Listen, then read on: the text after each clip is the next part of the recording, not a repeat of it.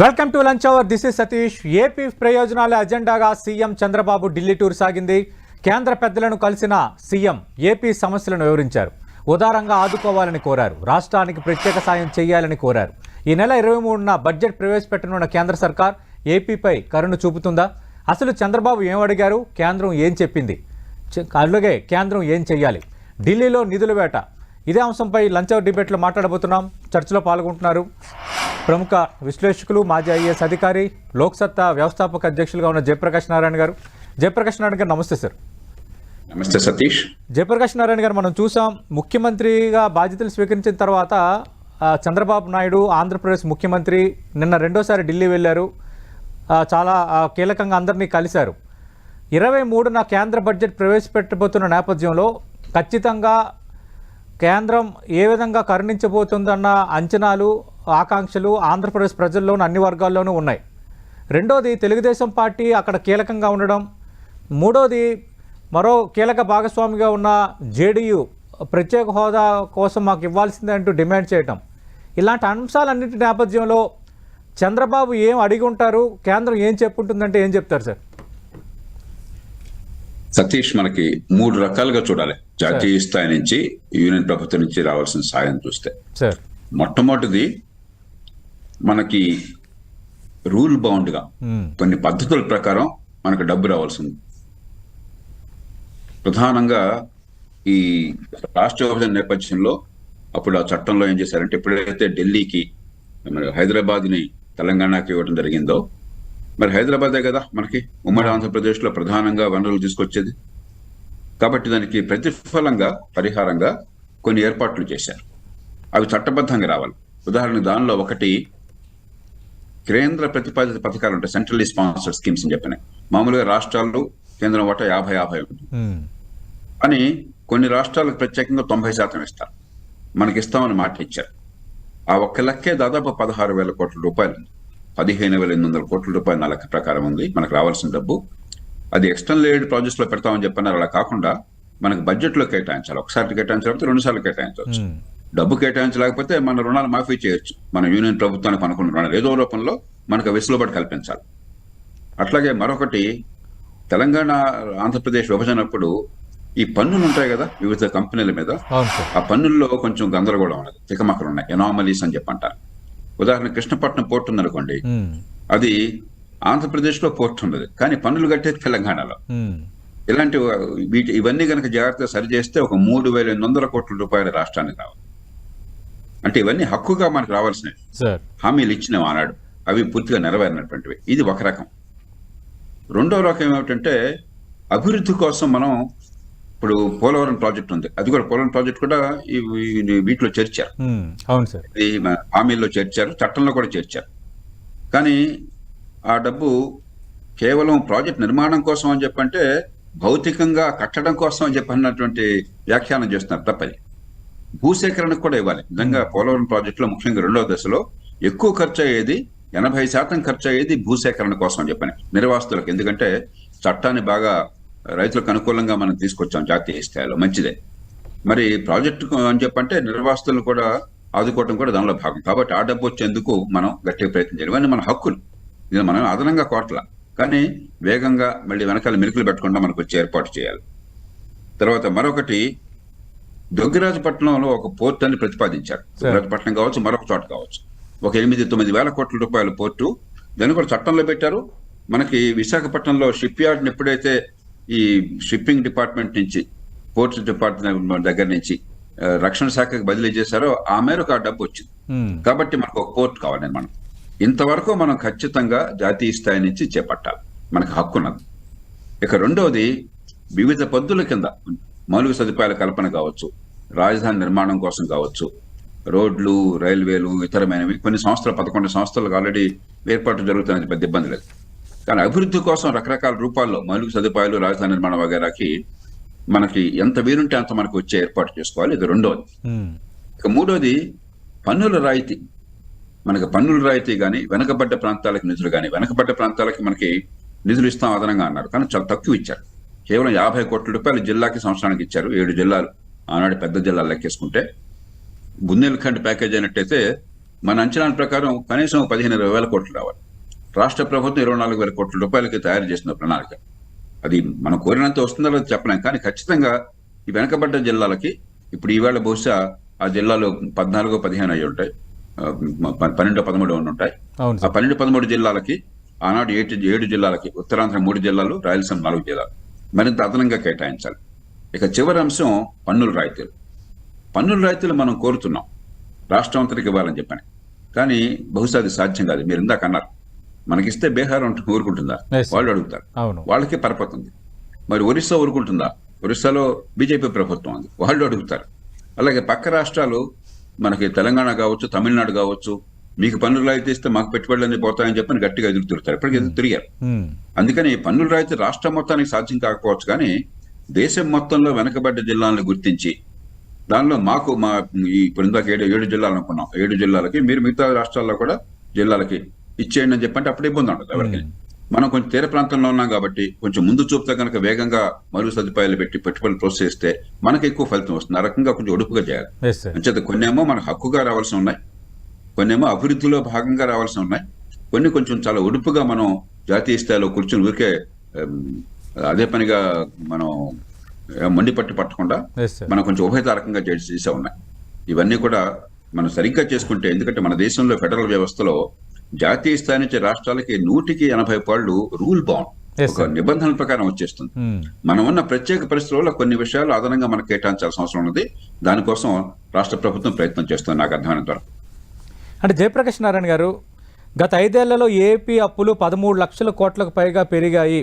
ఇది నిన్న ఢిల్లీ పర్యటనలో సీఎం కూడా సంబంధిత మంత్రుల దగ్గర ప్రస్తావించినట్టుగా మనకి ఇన్ఫర్మేషన్ ఉంది. అలాగే అటు కొత్త ప్రభుత్వం ఎన్నికైన వెంటనే కేంద్ర ఆర్థిక మంత్రి నిర్మలా సీతారామన్ నిర్వహించిన సమావేశానికి ఆంధ్రప్రదేశ్ ఆర్థిక మంత్రి పయ్యావుల లోకేష్ హాజరైనప్పుడు కూడా ఒక 8 పేజీల రిప్రజెంటేషన్లో ఈ అంశాన్ని ప్రస్తావించారు. అంటే ఆర్థికపరమైన కష్టాలు ఎక్కువగా ఉన్నాయి మాకు అన్న అంశాన్ని సందర్భం వచ్చిన ప్రతిసారి ఆంధ్రప్రదేశ్ ప్రభుత్వం సంబంధించిన ముఖ్యమంత్రి కానీ, అధికారులు కానీ, మంత్రులు కానీ కేంద్రం దృష్టికి తీసుకువెళ్తూనే ఉన్నారు. ఈ విషయంలో కేంద్రం ఎలా రెస్పాండ్ అవ్వాలంటారు? రెస్పాండ్ అవ్వడానికి కేంద్రానికి ఉన్న ఆప్షన్స్ ఏంటి? మనం సతీష్ 2 విషయాలు అర్థం చేసుకోవాలి. మొట్టమొదటిది, మనకి చట్టంలో భాగంగానే 5 ఏళ్ల పాటు రెవెన్యూ లోటుని భర్తీ చేస్తామని హామీ ఇచ్చారు. అది 14వ ఆర్థిక సంఘం ఆ రెవెన్యూ లోటు భర్తీ చేసింది. 22,000 కోట్ల రూపాయలు మనకు వచ్చినాయి. అది కాకుండా మొదటి సంవత్సరం అంటే రాష్ట్రం ఏర్పడ్డ మొట్టమొదటి సంవత్సరం 2014-15 సంవత్సరానికి అది 14వ ఆర్థిక సంఘం వర్తించదు. ఆ డబ్బులు మనకు రాల, కొద్ది మాత్రం ఇచ్చి కూర్చున్నారు. అప్పుడు ఇదిగో ఈ నివేదికలో జాతీయ స్థాయిలో లోక్సత్తా ఒక నిపుణులతో, అంటే జాతీయ నిపుణులతో, తెలుగు వాళ్ళు కాదు, కేవలం తెలుగు వాళ్ళతోనే పెట్టలేదు. తెలుగు వాళ్ళు అంటే మనం చెప్పుకుంటాం, వాళ్ళు ఎవరు నమ్మరు. కాబట్టి జాతీయ స్థాయి నిపుణులతో కూర్చోబెట్టి వాళ్ళు ఒప్పించి తయారు చేసి ఆనాడు ఒక 10,493 కోట్ల రూపాయలు అదనంగా రావాలని లోక్సత్తా పట్టుబట్టింది. ఆ డబ్బంతా వచ్చేసింది. జగన్ ప్రభుత్వం ఉన్నప్పుడే 10,460 కోట్లు అనుకుంటా, నాకు 10,400 కోట్ల పైచిలకు వచ్చేసింది. కాబట్టి ఇక ఆ డబ్బు అదనంగా రాదు. రెవెన్యూ అంటే మీ బడ్జెట్లో మీ లోటు ఉంటే అది మీరు భరించాలి. మీకున్న వనరులు, మీకున్న అవసరాలు మీరు చూసుకోవాలి. కానీ మీరు ఎన్నుకున్న ప్రభుత్వాలు మరి శృతి మించి తప్పులు చేస్తే దానికి మూల్యం ఈ దేశం చెల్లించదు. వాళ్ళు ఖచ్చితంగా అక్కడ అడ్డుకుంటారు. అయితే ఏంటంటే కొంత వెసులుబాటు ఇవ్వగలరు. ఇప్పుడు వేస్ అండ్ మీన్స్, ఈవేళ మనకి బిల్లులు చెల్లించాలన్నా, జీతభత్యాలు చెల్లించాలన్నా, రోజువారీ పరిపాలన నడవాలన్నా కష్టంగా ఉందనుకోండి, ఆ మేర కొంత వెసులుబాటు ఇవ్వచ్చు లిక్విడిటీ కోసం అని చెప్పిన. అంటే మనకు కొంచెం అదనంగా అప్పులు చేసే అవకాశం ఉండటము, లేకపోతే తాత్కాలికంగా ఇతర సహాయాలు చేయడం. అది కాకుండా మనం కోరాల్సిన హక్కు ఏమిటంటే, హక్కుగా కోరేది ఏంటంటే నాకు నేను చెప్పినవన్నీ కూడా ఈ చట్టం కింద మాకు రావాల్సిన తప్ప మీరు ఖచ్చితంగా ఇవ్వాల్సిందే. కొన్ని నాంచారు, కొన్ని ఇచ్చారు, ఇవన్నీ మాకు అందాల్సిందే. అలాగే అభివృద్ధి కోసం, ఎలాగ అభివృద్ధి కోసం ఇప్పుడు మీ బడ్జెట్లో లోటును పూరించదు, అభివృద్ధి కోసం డబ్బులు ఇస్తారు. ఖచ్చితంగా మనకు హక్కు ఉన్నది. మరుగు సదుపాయాల కల్పన, రాజధాని నిర్మాణం, పోలవరం నిర్మాణం వగేరా అని చెప్పినది. ఆ రకంగా చేయాలి తప్ప మేమంతా లోటుగా ఉన్నాం, మేము మునిగిపోతున్నాం, మాకు డబ్బులు ఇవ్వండి అని చెప్పంటే అలా ఇవ్వడానికి ప్రాతిపదిక లేదు. మన దేశంలో ఏ రాష్ట్రానికి కూడా అలా ఇవ్వడానికి ప్రాతిపదిక లేదు. కాబట్టి ఇదేమిటంటే ఒక నేపథ్యం. రాజకీయంగా మనకు బలం ఉంది, అక్కడ స్నేహ సంబంధాలు ఉన్నాయి, అదే సమయంలో ధర్మంగా మాకు ఇవ్వాల్సిన అవసరం ఉన్నది. దాంతోపాటు మాకు కష్టాలు కూడా ఉన్నాయని చెప్పడం తప్పితే, కష్టాల కంటే ఇప్పుడు కూడా జాతీయ స్థాయిలో మీరు పద్ధతి ప్రకారం మరి ప్రతిపాదనలు తయారు చేసి చట్టబద్ధంగాను మరి ఆర్థికంగాను దాన్ని బాగా పటిష్టంగా హేతుబద్ధంగా తయారు చేసి ఒప్పించగలగాలి. అప్పుడు ఖచ్చితంగా రాజకీయ పరపతి కూడా ఉంది కాబట్టి అప్పుడు ఫలితాలు ఎక్కువ వస్తాయి. అంటే జయప్రకాష్ నారాయణ గారు, ఈ ప్రత్యేక హోదా ముగిసిన అధ్యయనం అని కేంద్రం ఎప్పుడో చాలా స్పష్టంగా చెప్పింది. కానీ మారిన ఆ సమీకరణాల నేపథ్యంలో మూడోసారి మళ్ళీ ఎన్డీఏ అధికారంలో రావటం కాన్సిక్యూటివ్గా, at the same time JDU ఇదే డిమాండ్ చేస్తుండడం, గతంలో పార్లమెంట్ సాక్షిగా మనకి హామీ ఇచ్చారు కాబట్టి మనకు నెరవేర్చాల్సిందేనని చాలామంది మాట్లాడుతుండడం. మీ అంచనా ఏంటి సార్? నిజంగా ప్రత్యేక హోదా ఇచ్చే వాతావరణం కేంద్రం అటు బీహార్కి కానీ ఆంధ్రప్రదేశ్కి కానీ ఉందా, లేదంటే దానికి ఈక్వలెంట్గా ఏమైనా ప్యాకేజ్ ప్రకటించే స్కోప్ ఉందా? సతీష్, మనకి ప్రత్యేక హోదా అంటే అదొక మంత్రంలాగా అనుకుంటున్నారు తెలుగు ప్రజలు. సార్, ప్రత్యేక హోదాలో 4 అంశాలు ఏమి ఉన్నాయి, మనం కొంచెం అర్థం చేసుకుంటే మనకి ఏది సాధ్యం ఏది అసాధ్యం అర్థం. Yes sir. మొట్టమొదటి రెవెన్యూ లోటు భర్తీ చేయటము. అంటే మీకు రోజువారీ ఆదాయం కంటే రోజువారీ ఖర్చులు ఎక్కువైతే పెట్టుబడులు కాదు, మౌలిక సదుపాయాల కల్పన కాదు, అది పెట్టుబడుల కింద అది అప్పులు చేసినా చేయొచ్చు.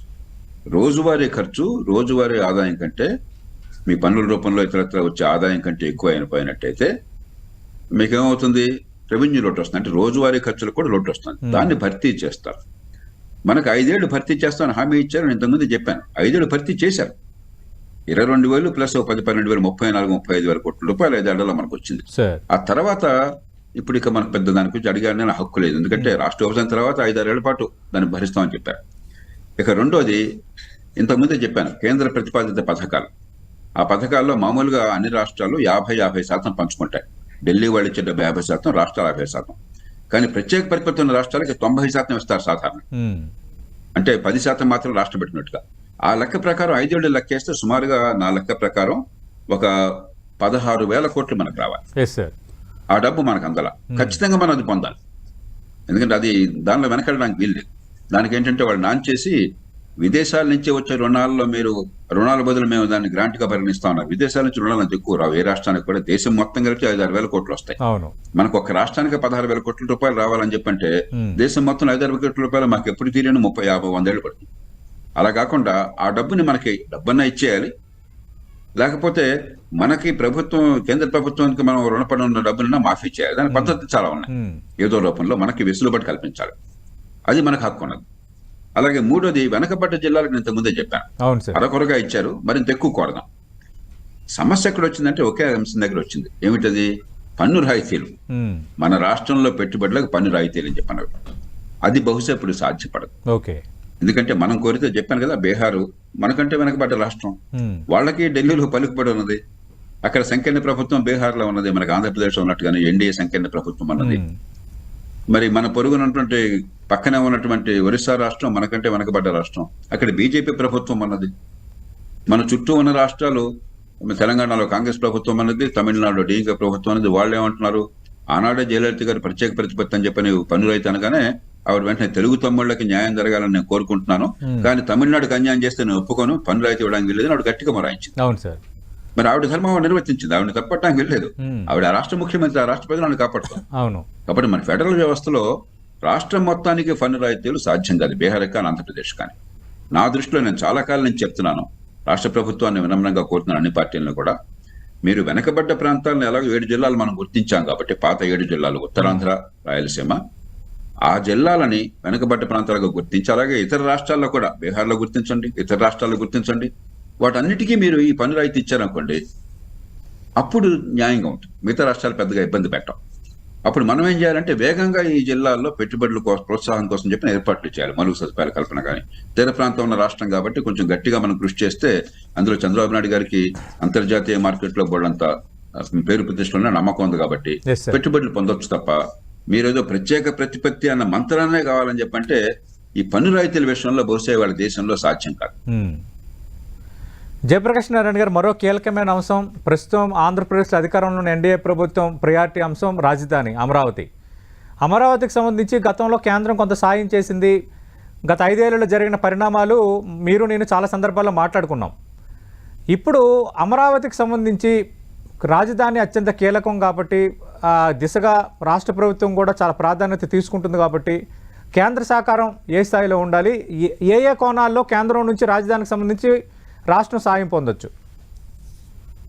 అమరావతిలో గతంలోనే చంద్రబాబు నాయుడు గారి ప్రభుత్వం గతంలో ఉన్నప్పుడు 2014-19 మధ్య రాజధాని కోసం చెప్పని వాళ్ళు ఒక అంచనాలు వేశారు. దానిలో నాకు గుర్తున్నంత వరకు 1,08,000 కోట్ల రూపాయలు 1,10,000 కోట్ల రూపాయలు అంచనా వేశారు. అంటే 3 దశల్లో. Yes sir. ఒకటి ఖచ్చితంగా రాజధాని కోసం చెప్పని మరి ప్రభుత్వ భవన నిర్మాణాలు, అది అసెంబ్లీ కావచ్చు, హైకోర్టు కావచ్చు, సెక్రటరియట్ కావచ్చు, మరొకటి కావచ్చు, మౌలిక సదుపాయాలు అది అట్లాగో ఖర్చు పెట్టాలి. దానికేదో కొద్దిగా డబ్బు ఇచ్చారు, 1,000-1,500 కోట్లు ఇచ్చినట్టు, అందుకంటే ఎక్కువ. అది మొట్టమొదటిది, అది అలాగే జరిగిపోతుంది. రెండో దశ మరికొంత విస్తరించి ఇతర మౌలిక సదుపాయాలు వగైరా చెప్పారు. తృతీయ దశ ఇంకొంచెం పెద్దది పెట్టారు. 1,10,000 కోట్లు ప్రభుత్వాలు పెట్టడం సాధ్యం కాదు. బహుశా ప్రభుత్వం ఆలోచిస్తుంది కూడా, మనం కొంత పెట్టుబడి కనుక పెట్టి నగర నిర్మాణానికి మంచి ఏర్పాట్లు చేసినట్టయితే, పెట్టుబడులు ఆకర్షించినట్టయితే ప్రైవేట్ పెట్టుబడులు వస్తాయని చెప్పాను. కాబట్టి నేను అనుకోవటం 25-30 వేల కోట్ల రూపాయలు పొందడం పెద్ద కష్టం కాదు. ఒక్క రోజున కాకపోయినా 4-5 ఏళ్ల కాలంలో. దానికి ఇప్పుడు ఇవాళ పరిస్థితిని అంచనా వేసి, మరి గతంలో వేసిన ప్రణాళికల్ని మనసులో ఉంచుకొని ప్రభుత్వం కనుక ప్రతిపాదన తీసుకొస్తే, దానిలో జాతీయ స్థాయి నుంచి మనకి మౌలిక సదుపాయాలు, ముఖ్యంగా రాజధాని కనెక్టివిటీ కావచ్చు, రాజధాని దగ్గరలో పోర్టు కావచ్చు, రాజధాని లోపల మౌలిక సదుపాయాలు కావచ్చు, ఇవన్నీ కూడా చేయడానికి సరే ఎలాగో ప్రభుత్వ భవనాలు వగైరా ఎలాగో చేస్తారు. కాబట్టి ఈ రకంగా మనం చేసినట్టయితే బహుశా 25-30, నేను ఊరికే అందాజుగా చెప్తున్నాను, ఇదేదో లోతుగా అధ్యయనం చేసి చెప్పడం, అది ఒక 25-30 వేల కోట్ల రూపాయలు అదనంగా పొందే అవకాశం ఉంది. కానీ మనం కూడా ఏమిటంటే, చెప్పాను కదా, ఉడుపుగా సరైనటువంటి ప్రతిపాదనలు తయారు చేసి అక్కడ వాస్తవాల ఆధారంగా హేతుబద్ధంగా వాళ్ళ ముందు పెడితే ఫలితాలు వస్తాయి. కానీ ఊరికే అమరావతిలోనో మీరు విజయవాడలోనో విశాఖపట్నంలో కూర్చుని మనం అదే పనిగా నినాదాలు ఇస్తే రాజకీయంగా ఏదో అడవడం ఉంటుంది, కానీ పెద్ద ఫలితాలు ఉండవు. రాష్ట్ర యూనియన్ సంబంధాలు ఆర్థిక విషయాల్లో చాలా పరిణతి చెందినాయి మన దేశంలో. ఇతర దేశాల్లో లాగా, మరి కొన్ని దేశాల రాచరికంలాగా ఉండదు, కొన్ని నిబంధనల ప్రకారం ఉంటుంది. కాబట్టి మనం పెద్ద దానిలోకి చొప్పించి అదనంగా అడగాలి. ఇవాళ ఒక రకంగా మంచి అవకాశం ఉంది, రాజకీయంగాను ఆంధ్రప్రదేశ్కి పరపతున్నది. రెండోది, జాతీయ స్థాయిలో కూడా వనరులు కాస్త ఉన్నంతలో కాస్త బాగుంది. ఎందుకంటే మోదీ ప్రభుత్వం కొంచెం పొదుపరి ప్రభుత్వం, అందువల్ల ఈ ద్రవ్యలోటు తగ్గుతోంది, అప్పులు చేసే భారం తగ్గుతోంది ఉన్న కొద్దికి. అప్పుల భారం మొత్తం మీద పెరుగుతున్నా కూడా అప్పుల రేటు పెరుగుతోంది, జాతీయ ఆదాయంలో అప్పుల వాటా తగ్గుతోంది. ఎప్పుడైతే అప్పుల వాటా తగ్గుతుందో అదనంగా డబ్బులు సేకరించగలుగుతున్నారో, కొంచెం మన లాంటి రాష్ట్రాలకు, ఒక రాష్ట్రానికి ఒక 10-20 వేల కోట్లు అదనంగా ఇవ్వాలంటే పెద్ద కష్టం కాదు. కాబట్టి ఆర్థికంగా వెసులుబాటు ఉంది, రాజకీయంగా పరపతుంది. కానీ దాన్ని మనం ఒడుపుగా, సంయమనంతో, సౌమ్యంగా తెచ్చుకోవాలి తప్ప యుద్ధం చేసి తెచ్చుకుంటామని చెప్పంటే ఒక స్థాయి దాటిన తర్వాత బ్రేక్ పడిపోతుంది. సార్, ఇంకా ఇందాక మనం ప్రారంభంలోనే ప్రస్తావించాం సార్, మీరు కూడా ప్రస్తావించారు పోలవరంకి సంబంధించి. అమరావతి, పోలవరం ఒక 2 కళ్ళు అన్నంత రీతిలో ప్రభుత్వం ప్రియారిటీగా తీసుకున్న నేపథ్యంలో 4 ఏళ్లలో కంప్లీట్ చేస్తామని స్వయంగా ముఖ్యమంత్రి బాధ్యతలు స్వీకరించిన వెంటనే చేసిన తొలి పర్యటనలో ఆయన చేసిన ప్రకటన. పోలవరం విషయంలో ఇప్పటివరకు కేంద్రం ఏం చేసింది, ఇక నుంచి ఆ ప్రాజెక్టు త్వరితగతిన నిర్మాణం కంప్లీట్ కావాలంటే కేంద్రం సాయం ఏ రీతిలో ఉండాలి? ఇప్పుడు ఆనాడు తెలుగుదేశం ప్రభుత్వం ఉన్నప్పుడు మొదటి దశ చాలా వేగంగా జరుగుతోంది సతీష్ సార్. మొదటి 1 సంవత్సరం 2 సంవత్సరాలు మళ్ళీ అన్ని సెటిల్ చేయడానికి టైం పట్టినా కూడా నేను స్వయంగా చూశాను, చాలా బ్రహ్మాండంగా శరవేగంగా జరుగుతుంది. ఆ కాంట్రాక్టర్లు కూడా డబ్బు కోసం చేయాలి, ఎందుకంటే మన రాష్ట్రం అని చెప్పని రాష్ట్ర ప్రభుత్వం కాస్త వాళ్ళని బతిమలాడితే, మన రాష్ట్రం కోసం చేద్దాం, కొన్ని వేరే చోట మాకు ఏమన్నా ఆదాయం వచ్చే మార్గాలు చూపెడతారు నాశతో వాళ్ళు కూడా చాలా సంతోషంగా చేశారు. దురదృష్టం కొద్దీ ఆనాడు మొదటి దశ అంటే ఏమిటంటే, కొంత నీళ్లు నిలవండి, నీళ్లు ఒక ఎత్తుకొచ్చి గ్రావిటీ ద్వారా మీకు కృష్ణా డెల్టాకి నీళ్లు రావడం. అది లేనప్పుడు ఏమైంది, పట్టిసీమ మరో పథకం ద్వారా ఎత్తిపోతలు అవసరమైంది, గ్రావిటీ ద్వారా రావడం. అది మొదటి దశ, 41.72 మీటర్లు అనుకుంటాను అది. రెండవ దశ 45 మీటర్ల పైకి వస్తుంది, అక్కడ నిలవ ఉండేది 200 TMC పైగా నీళ్లు నిలవ ఉంటాయి. మొదటి దశ పూర్తి అవడానికి ఇంకో 6 నెలలు అయిపోతుందనే పరిస్థితి ఉండగా, నిజంగా 5 ఏళ్లలో ప్రభుత్వం ఏం చేస్తుందో దేవుడికి నాకేం అర్థం కావట్లేదు. మన దేశ చరిత్రలో ఎప్పుడు కూడా, ఎన్నిసార్లు ప్రభుత్వాలు మారినా, ఎన్నికలు జరిగినా కూడా, ఒక కీలకమైన ప్రాజెక్ట్, బహుళార్థ సాధక ప్రాజెక్ట్, అందులో ఒక జాతీయ ప్రాజెక్ట్, ఇతర రాష్ట్రాలకు కూడా ఫలితం వచ్చేటువంటి ప్రాజెక్టు, ఎన్నో రకాలటువంటి లాభాలున్న ప్రాజెక్టు, డబ్బులు కూడా జాతీయ స్థాయిలో ఇస్తున్న ప్రాజెక్టు, దాన్ని అర్థంతరంగా ఆపేసి ఏమీ చేయకుండా కూర్చోవడం అనేది చాలా, అసలు ఇది మామూలు పరిపాలనకి, మామూలు ఆలోచనకి తగదు. నేర సమాన నిర్లక్ష్యం జరిగింది, దానిలో ఏమాత్రం అనుమానలేదు. ఎందుకంటే ఆ ప్రాజెక్టు వల్ల లాభం గోదావరి డెల్టాకి మాత్రమే కాదు, ప్రధానంగా కృష్ణా డెల్టాకి లాభం అవుతుంది. ఎందుకంటే గోదావరి బేసిన్ నుంచి కృష్ణా బేసిన్ నీళ్లు మళ్లిస్తున్నారు. కాబట్టి కృష్ణా డెల్టాకి మీరు నాగార్జున సాగర్ నుంచో కృష్ణ పై నుంచి నీళ్లు రావాల్సిన అవసరం లేకుండానే మీకు అక్కడ నీళ్లు వచ్చేస్తాయి. అప్పుడేమవుతుంది, నాగార్జున సాగర్కి మీకు నీళ్లు మిగిలి తెలంగాణలో వాడుకోవచ్చు. పోతిరెడ్డిపాడు నుంచి నీళ్లు కిందకి అవసరం ఉండదు కాబట్టి నాగార్జున సాగర్ నీళ్లు తెలంగాణకే ఉపయోగపడుతున్నాయి కాబట్టి మీరు పోతిరెడ్డిపాడు నుంచి రాయలసీమకు వాడుకోవచ్చు. ఆ పైన ఉన్న రాష్ట్రాలు కర్ణాటక, మహారాష్ట్ర వాళ్ళు 80 టీఎంసీలు మిగిలినాయని చెప్పి అనుకుంటే దానిలో వాళ్ళ వాటా ఉంది. కాబట్టి అందరికీ లాభం, అన్ని రాష్ట్రాలకు అన్ని ప్రాంతాలకు లాభం. అలాంటి ప్రాజెక్టు ఆ దశలో ఉండగా ఆపేయటం చాలా పొరపాటు. ఈవేళ మరి అంచనా వేసి ముఖ్యమంత్రి గారి పర్యటనలో కొంత నష్టం జరిగింది, మళ్ళీ పూడ్చాలి, ఆ డయాఫ్రమ్ వాల్, తర్వాత కాఫర్ డ్యాము గొడవలు చెప్తున్నారు, సాంకేతిక విషయాలకు మనం వెళ్ళదు, కానీ ఖచ్చితంగా ఆలస్యం వల్ల నష్టం జరిగింది. ఇప్పుడు ఆ నష్టాన్ని కూడా పూడ్చాలి. కొంత ఆ మేర ఖర్చు కొంత పెరగచ్చు. మొదటి దశ వెంటనే పూర్తవుతుంది. అది వీళ్ళు తలుచుకుంటే ప్రభుత్వం ఈ వరదల సీజన్లో కష్టం అవుతుంది. వరదలు తగ్గిన తర్వాత నేను అనుకోవటం వచ్చే వరదల లోపల మొదటి దశ పూర్తి చేయొచ్చు, యుద్ధ ప్రాతిపదికన చేసినట్టయితే. ఇక రెండవ దశ సమస్య. రెండవ దశ సివిల్ వర్క్స్ పెద్ద కష్టం కాదు. సివిల్ వర్క్స్ 2-3 వేల కోట్లు అదనంగా ఖర్చు ఉంటుంది, 3-4 వేల కోట్లు అంతే, పెద్ద అంతకంటే ఎక్కువ అదనం ఖర్చు ఉండదు. ఇది డ్యామ్ నిర్మాణం మొదటి దశ అయిపోయిన తర్వాత అది పెద్ద ఇబ్బంది కాదు. కానీ భూసేకరణ,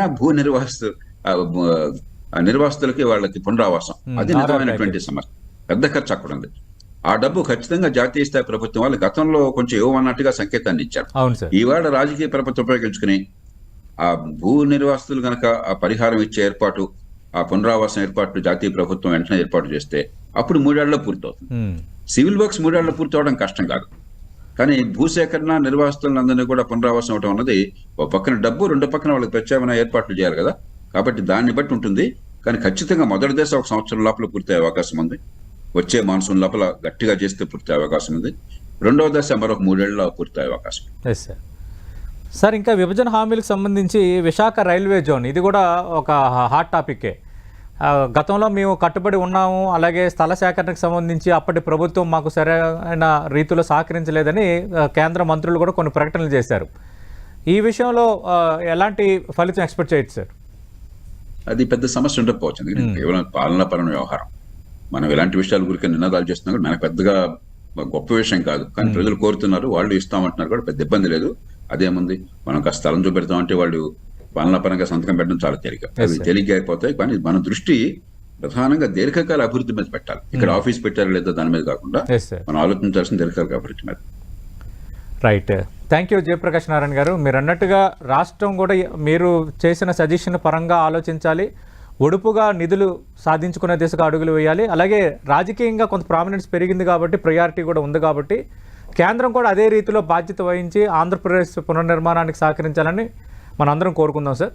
థ్యాంక్ యూ జయప్రకాష్ నారాయణ గారు. ఇది ఆంధ్రప్రదేశ్ ముఖ్యమంత్రి చంద్రబాబు నాయుడు ఢిల్లీ పర్యటన. ఆయన ఏమడిగారు, కేంద్రం ఏం చెప్పింది, అలాగే కేంద్రం నుంచి నిధులు రాబట్టుకోవడంలో అనుసరించాల్సిన చాకచక్య వ్యూహం ఏ విధంగా ఉండాలన్న దానిపైన లోక్సత్తా వ్యవస్థాపక అధ్యక్షులు మాజీ ఐఏఎస్ అధికారి జయప్రకాష్ నారాయణ గారితో 10 టీవీ ప్రత్యేక అనాలిసిస్.